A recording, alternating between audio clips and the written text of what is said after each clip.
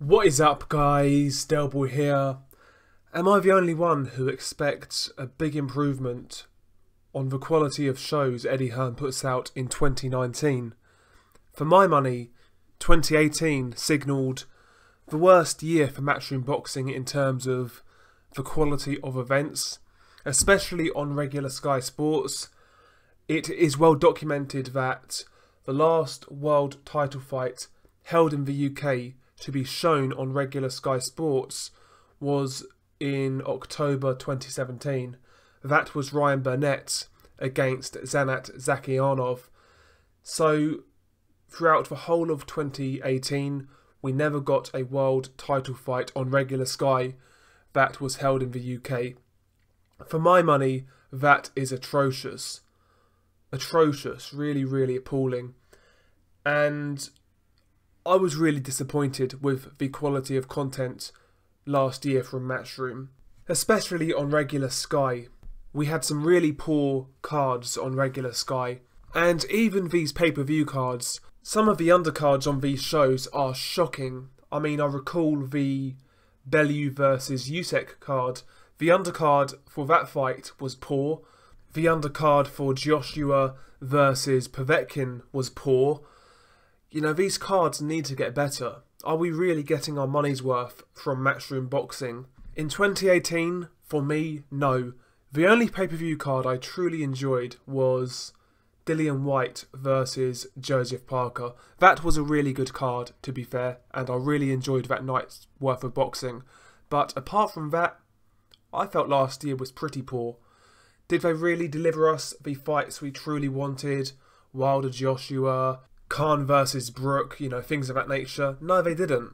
I'm really expecting a big 2019 from Eddy Hearn and Matchroom. As a consumer, as a customer, I'm expecting much better next year. Because for me, they didn't really deliver that much in 2018. It's got to be said. So I'm expecting better in 2019, but I'm not holding my breath for a number of reasons. The first is, although I do feel now Eddy Hearn is under more pressure from fans, there are still a large majority of fans who will eat up anything Eddy Hearn puts out. If it's pay-per-view, they will buy it without question.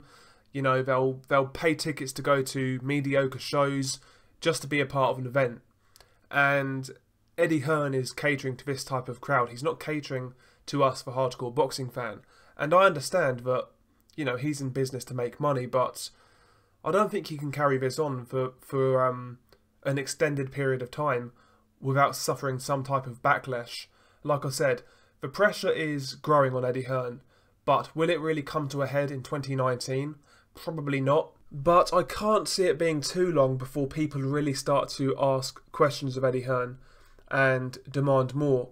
The bubble has to burst eventually, and it's just really a question of when that time will be. There's far more people questioning Eddy Hearn now than there was 2 years ago, for example, so I can only imagine if the quality of shows stays the same, that number's going to keep on getting bigger and bigger and bigger, and eventually there's going to be a sizable amount of people who are unhappy with the product Eddy Hearn is putting out. But I cannot see that happening this year. I think that's going to be down the road. Another reason I don't really expect the quality of shows in the UK to get any better next year is because of this whole DAZN deal. Now, what you'll find is, and what we saw last year, a lot of B-level UK fighters, guys like Gavin McDonnell, Callum Johnson, Tommy Coyle, people like that, these guys are getting shipped over to America to feature in showcase fights. They're getting bashed up over there, and they're not fighting in the UK.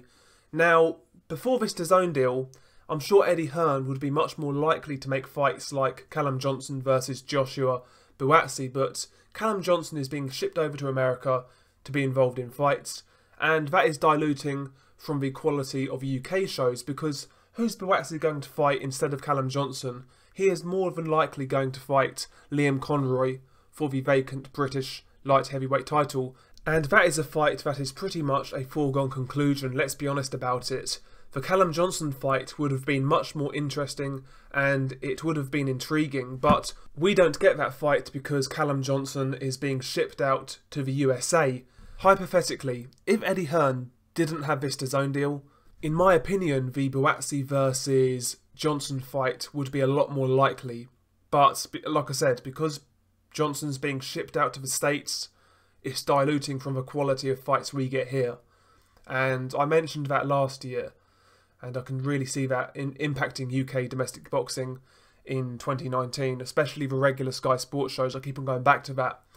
But yeah, I don't think it's a good thing for us British boxing fans, this DAZN deal. I really don't. And even the DAZN cards they put out, they are broadcast on Sky Sports, but have you seen anything worth staying up for yet? I've not seen anything I would stay up for, to be honest. The only fight I would have stayed up for was Billy Joe Saunders versus Demetrius Andrade. Now, that wasn't Eddy Hearn's fault, that card fell through. But apart from that, there's been nothing of any quality on these DAZN cards. Nothing at all. Nothing to get excited about. Nothing to stay up for. You know, in the UK, we have to stay up for fights or watch them the next day recorded. And it's never the same watching them the next day.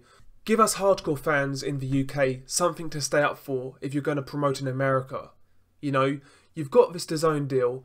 You have the middleweight division on lockdown, yet we get Demetrius Andrade versus Artur Akavov. Come on now. You've got all these heavyweights, but we're getting Jarrell Miller versus Bogdan Dinu. Do better. The quality last year was poor, and I think the increased number of dates next year is going to make it even worse. In my opinion, Frank Warren put on better cards in 2018. Now don't get me wrong, he still put on some stinkers, but especially the cards I had to pay for, Fury versus Wilder and Warrington versus Frampton, I felt like I got my money's worth on both occasions. I cannot say the same for Matchroom pay-per-views. Also, Frank Warren put world title fights on regular BT as well. So Warren and BT put out better quality content, in my opinion, for the fans last year. The only difference is, you know, Sky have those bright lights, they have the promotion, they have Eddy Hearn on IFL TV selling it to fans, but for my money the quality wasn't better than BT last year. It really wasn't. And I'm not saying BT is perfect, because they put out some stinkers as well. And they also need to get better, but in my opinion, Sky have a lot to improve on in 2019. A lot to improve on. And I can go to other areas. It's not even just the quality of fights. It's the quality of coverage, the people they have on Sky. You know, some of these people are just cheerleaders. Johnny Nelson has had his day. Nobody really likes Adam Smith. Matthew Macklin is a company man. Carl Froch has zero passion for boxing anymore, and he just toes the company line also. Anna Woolhouse, whatever her name is pretty poor. Who else is there? You know, the whole Sky bunch, in my opinion, need to be replaced. All poor, all cheerleaders, just a horrible pally-pally atmosphere at Sky. Nobody really debates, nobody really challenges each other's opinions. They just go with the house fighter and that's it. You hear the same cliche excuses for when their fighters lose or when their fighters are in tough fights. It's just embarrassing at this point. They really need to freshen it up in 2019, but I know that's not going to happen. You know, Johnny Nelson is still going to be coming out with outlandish comments like Tony Bellew is better than Alexander Usyk technically. Alexander Usyk doesn't have the confidence to match his ability. Kell Brook is going to knock out Gennady Golovkin. I mean, Johnny Nelson has come out with some clangers over the past 3 to 4 years. This guy's supposed to be a knowledgeable boxing mind, but he's a company man. He is paid to toe the line and he will just sell the Sky narrative. And nobody on Sky really kind of stands out and tells it how it is. The only guy who is semi-decent is Andy Clark. I think that's his name, but he doesn't really get many commentary gigs, unfortunately. Maybe because he does actually sometimes stray from the narrative and he does speak his mind sometimes. Maybe that's why he doesn't really commentate much on Sky. But yeah, 2019 I really want to see Sky do better, and I just want to see the quality of product improve. But share your thoughts below. Peace.